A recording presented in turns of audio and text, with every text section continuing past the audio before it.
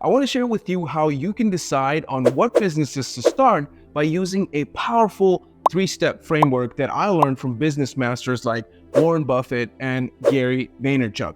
Now, I wish someone would have showed me this framework when I was starting my journey, when I was buying my first business. It would have saved me a lot of pain, like losing money after the first year, or literally not being able to sleep, worrying about how you're going to pay the bills. I want you to be able to avoid those pains.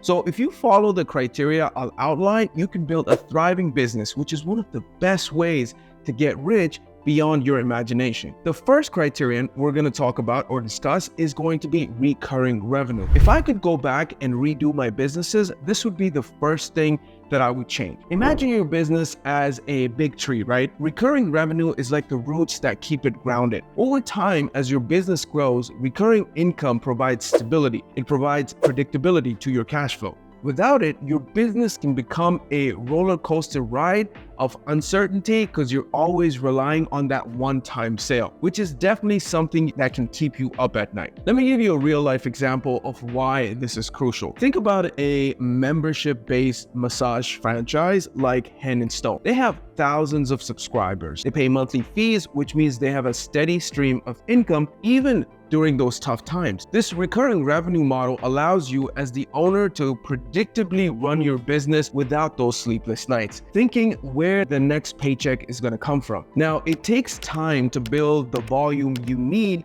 to break even on your monthly burn rate. But once you get there, the stability is well worth the struggle in the beginning. On the downside though, these businesses generally require higher operational capital because it takes time to build your recurring revenue, that volume that you need to break even. So hey, you might be thinking or wondering, who am I to show you this and talk about all this, right? Well, I've ran businesses from the time I was a teenager. And yes, I've ran some of them in the ground, I can tell you that. But through those mistakes, I've learned what works and what can be improved. If you're finding this useful, please subscribe to my channel and let's do this business thing together. Now, let's move on to the second one, which is the ability to be a semi-absentee owner, or in other words, the business having the ability to function without you. This can only be done with the help of a strong management team that you put in place. This is like having a strong backbone for your business. It's important because it gives you the option to work on your business and not just be an employee in your own business. It's a cliche, but it's true. Without this, you might find yourself trapped in the day-to-day operations of the business, unable to scale to the next level or take on any new opportunity. Also, this makes your business highly valuable to a potential buyer, let's say, who would want to buy a cash-flowing business rather than a time-sucking job, right? Consider the fast food giant McDonald's. They have a franchise model where individual owners can run their restaurants without being there every day. That's super powerful. This system allows the owners to be a semi-absentee owner, relying on a well-trained management team to handle the day-to-day operation. And really, that's the reason why McDonald's has expanded into every corner of the globe. It's those systems. Finally, let's talk about the ability to sell that business in 3 to 5 years. When you start a business, my biggest advice would be to start with an exit plan in mind. How are you going to come out of that business with money in your pocket? Like, that's the big thing that you want to remember. Remember, most of the money in businesses is made when you sell